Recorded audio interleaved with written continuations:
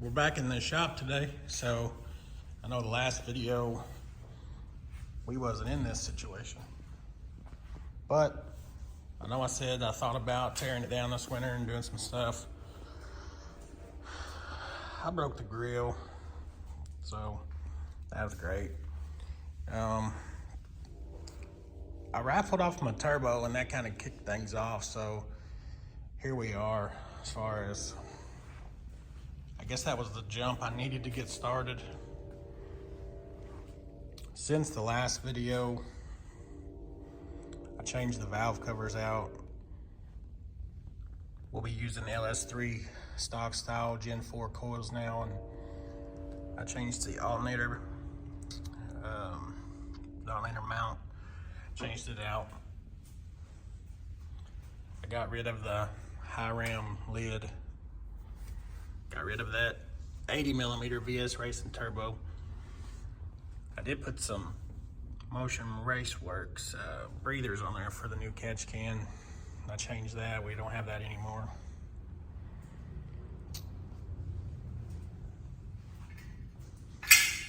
I had to, well, I didn't tell you, but I sold the intercooler, the piping, every bit of it. Throttle body, X-Link. So I'm going with a 6-inch intercooler now. Done some cutting right here. I cut this back, cut this off. Of course, I had to cut that. I cut it 1 inch back all the way across. Give some more room, because before we had a 4-inch and it was mounted to the front. So also had the grill in the truck. I stuck my arm back there. I traced all the way across. I trimmed it out to fit the grill. Cut all the bumper and then top pad. Trimmed it out real nice. So now we should be able to fit that 6-inch core pretty easy. I will have to make some new brackets. I'm going to leave the 40K trans cooler where it's at. I've not heard anybody that's doing the same way I am that's had any issues with cooling. I'll walk back here, show you a bunch of financial mistakes I've made. I've got a shear fab lid for the high rim, and I've got all new vibrant piping, 4-inch to the throttle body, to the intercooler, 3.5-inch from the intercooler to the turbo. Got all kinds of vibrant stuff. The new coils, Motion Raceworks throttle body. And I went with the 105. I've got the On3 6-inch intercooler. A lot of people said it's pretty decent, especially over what I had.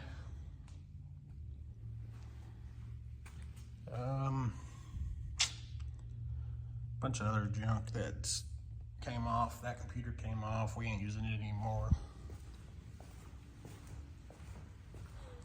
There's some stuff I've cut off that bracket, and factory harness, factory starter. That is a factory 4.8 starter. I always noticed a little drag on it when starting. And I've got a 6.0 starter I'm gonna put on there. It's got a higher kilowatt, or I think that's what it is. It should help starting. It's a lot bigger than that one.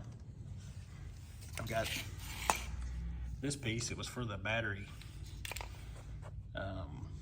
control charging system. So that's going to be gone.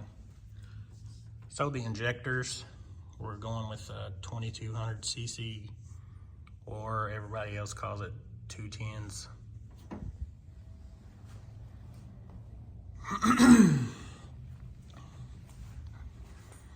Just wanted to do a little update. Every time I'm down here working on it, I never even think to make a video. So I did today. It's It's like 10 degrees outside. It's pretty cold in here. I don't have no heat on. I'm gonna take the bumper off and I'm gonna have that spot fixed because it was chipping.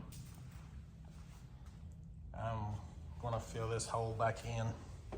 We're not doing a bumper exit no more.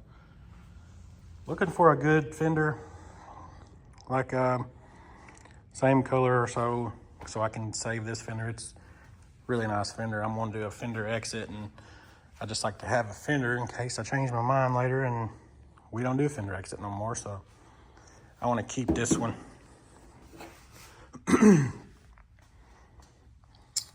And I'm not really sure where we're going to come out. I think I'm going to change the wastegate. I think I'm going to turn it sideways and get rid of the bend. That way it points straight back. I'm not even sure why I did it that way to begin with. I just wasn't using my head. Yeah, wow, yeah. Always tripping over junk. Gonna change this pulley for a 3-inch, 3 1/4. I know they make some 3 1/2. I think I'm gonna put a 3 on it.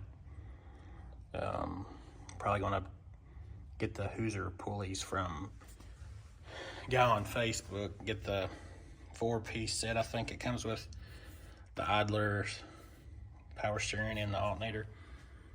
That's what I want to do. We're just on a hold right now because of everything costs so much. Done away with the drive-by-wire control module. We're going to do a cable drive. We're going to have to drill a hole back there for the new cable. I've got the new pedal assembly over here.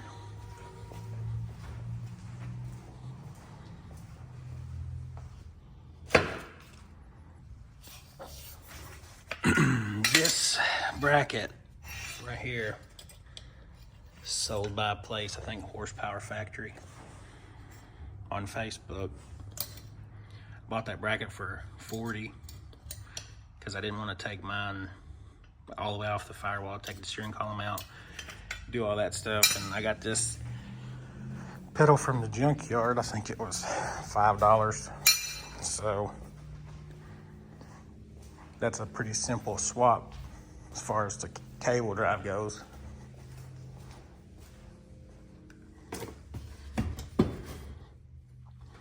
Put that there, and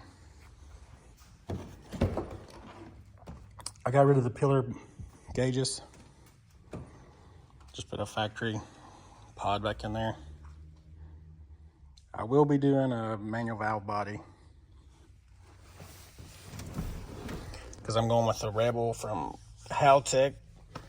Probably be getting the 10-inch display. I think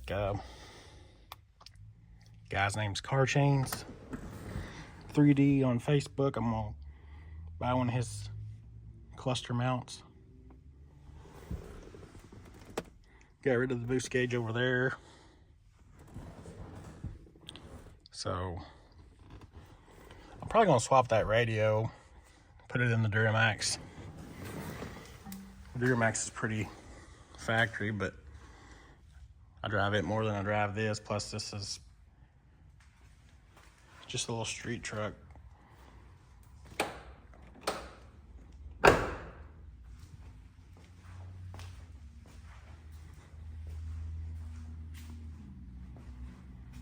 If you guys have any questions, want to see something, want to know what I'm doing with certain things, let me know. When I actually start on it and get stuff going, I'm gonna make a little video as I go. And I think I'm gonna paint the bottom of the hood. I had a insulator for it at one time and it was all tore up, so we didn't paint the bottom. Now I'm gonna paint the bottom. But as far as that goes,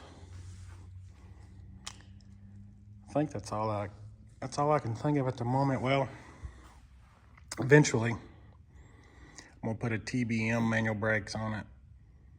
I want to put the TBM calipers, rotors, and front brakes on it.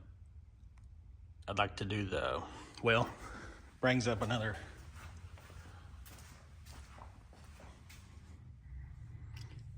I have the GM aluminum factory spindles because I've been thinking about doing the Wicked Fabrication control arms. I don't know if I'll do the long travel or that's the regular coilovers on the front, but one of the two. We're gonna do the spindle swap. This is like, I think a 20-pound difference together. If you do both of these and then both of the ones that's on, I think they're 20 pounds different. So then the brakes, they're 40 or 50 pounds different. So just to get a little weight off the front, that new intercooler is pretty heavy. I do got the new turbo. It's at the house. I've just been keeping it inside. This garage isn't heated and climate controlled, everything, so I don't want the turbo to get all rusty since it's just sitting in the box. I did sell the blow-off valve. I'm gonna get a towel, 50 millimeter this time around. Not because the VS wasn't any good, just because I'm gonna get the purple one. And I plan on doing all the piping black, everything black, and then do the purple on the towel blow-off valve. I think we're gonna go with a Cerakote on the pipe instead of powder coat. I may do the lid for the high rim. It's just regular aluminum.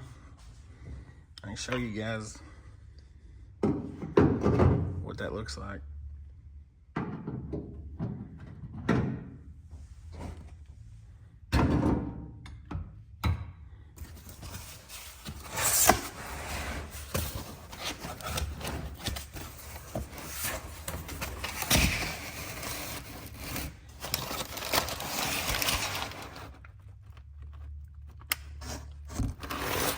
It's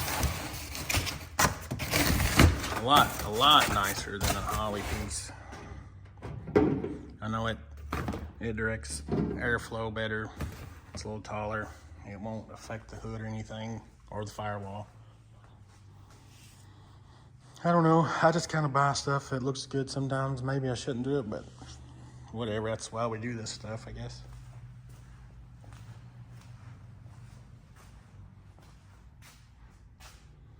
So if you guys need anything explained, talked about, let me know.